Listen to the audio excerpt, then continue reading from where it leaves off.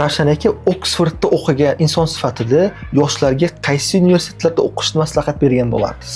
Endi men o'zim biznes sohasidan chiqqanligim uchun biznes va texnologiyalar sohasida eng top universitetlarda hisobga oladigan bo'lsak, qit'alarga bo'ladigan bo'lsak, birinchi navbatda Amerika.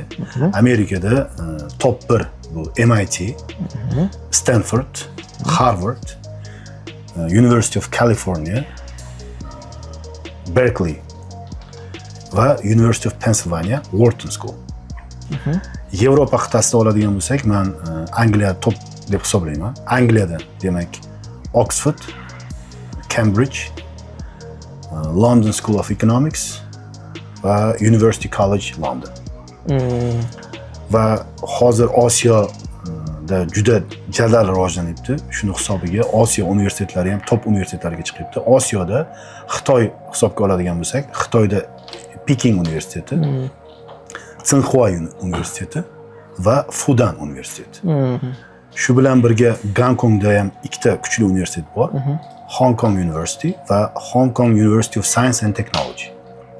Va so'nggisi bu Singapurdagi ikkita top universitet. Birinchisi NUS, ya'ni National University of Singapore va Singapore University of Science and Technology.